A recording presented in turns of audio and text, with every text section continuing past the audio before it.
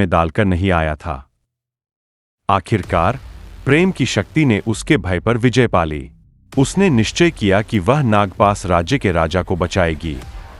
रात का रहस्य और राजकुमारी की बहादुरी। रात के अंधेरे में जब पूरा महल गहरी नींद में था, राजकुमारी चुपचाप अपने कमरे से निकली। उसने महल के गुप्त रास्तों का सहारा लिया और काल कोठरी तक पहुंची। वहां उसने जेलर को बहाने से बुलाया और उसे बेहोश कर दिया। फिर उसने चाबी उठाई और कक्ष का दरवाजा खोल दिया। नागपाश राज्य का राजा, जो उदास और निराश था, अचानक राजकुमारी को सामने देखकर चकित रह गया। तुम यहां? राजा ने आश्चर्य से पूछा। राजकुमारी की आंखों में आंसू थे।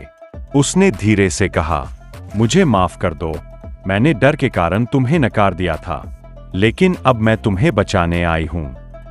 राजा के मन में फिर से आशा जागी।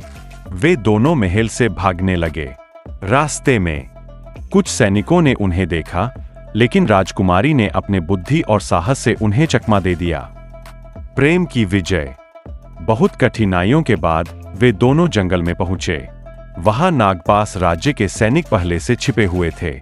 जैसे ही उन्होंने अपने राजा को सुरक्षित देखा, वे बहुत प्रसन्न हुए। अब वे विक्रांत राज्य से निकलकर नागपाश राज्य की ओर बढ़े।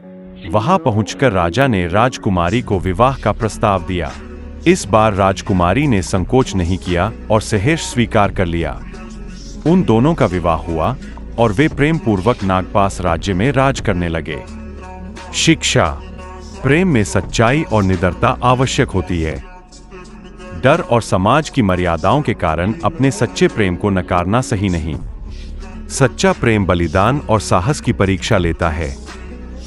इस प्रकार नागपाश राज्य के राजा और विक्रांत राज्य की राजकुमारी का प्रेम इतिहास में अमर हो गया।